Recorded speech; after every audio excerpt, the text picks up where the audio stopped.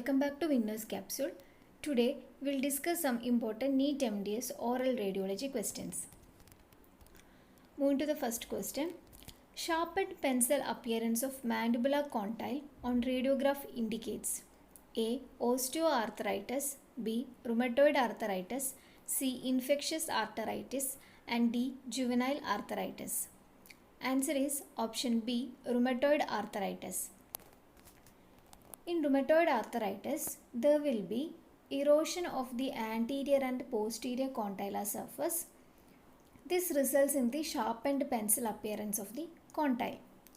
So, the sharpened pencil appearance of the mandibular condyle on radiograph indicates rheumatoid arthritis. Second one, which of the following is most radiolucent?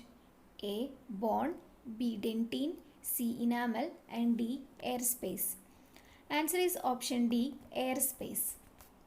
Enamel, it is the most radiodense structure of the human body. It's followed by dentine and bone, since they can obstruct the passage of X-ray passing through them. So these structures are radiodense. Whereas airspace, it allows X-rays to pass through it. So it shows radiolucency.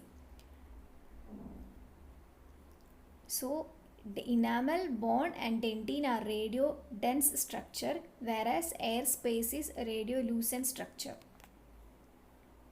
Third one, to capture palatal root, the X-ray film should be placed A. At the median raphe of the palate, B. At a 15-degree angle to the tooth, C. As close to the tooth, and D. On the opposite side of the midline. Answer is option D. On the opposite side of the midline. Film is placed in the midline of the palate in order to accommodate its height in the vault of the palate. So, to capture palatal root, X-ray film should be placed on the opposite side of the midline of the palate.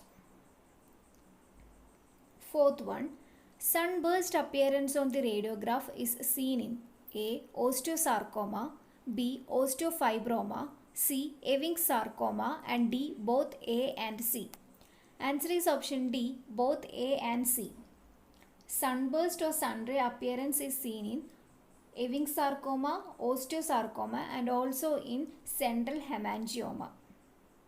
Fifth one, best X-ray for mesodense is A. Occlusal, B. PA view, C. Bite wing, and D. None of the above. Answer is option A. Occlusal.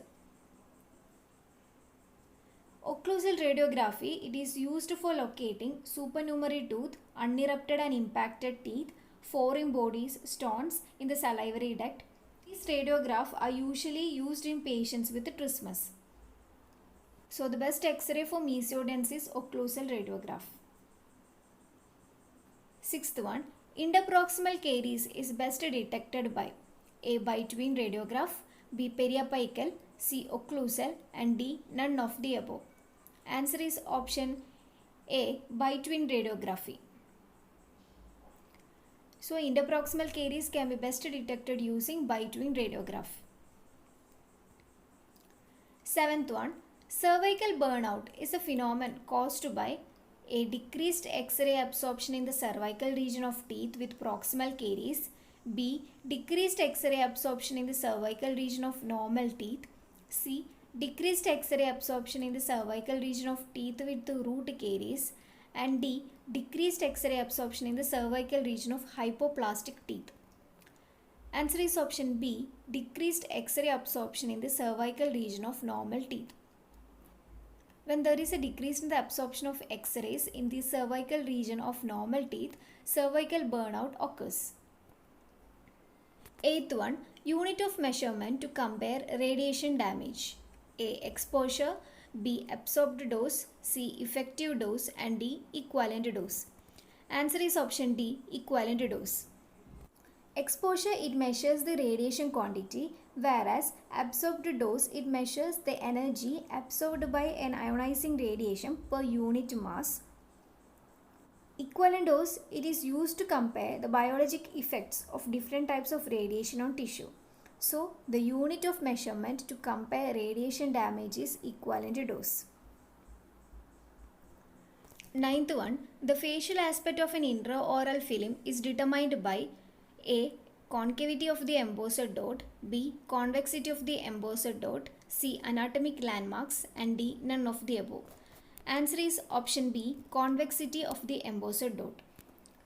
Dot on the X-ray film, it allows rapid and proper orientation of the film.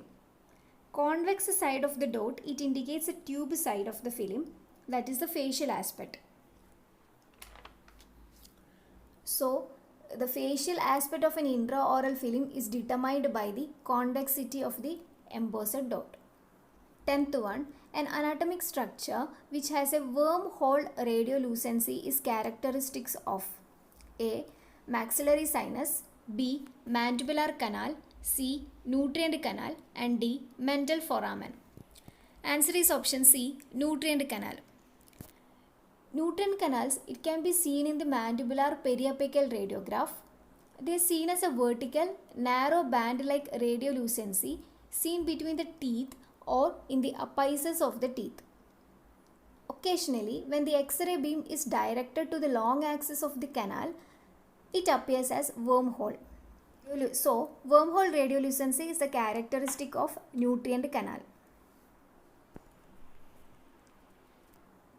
If you like this video, please do like, share, and don't forget to subscribe. Thank you.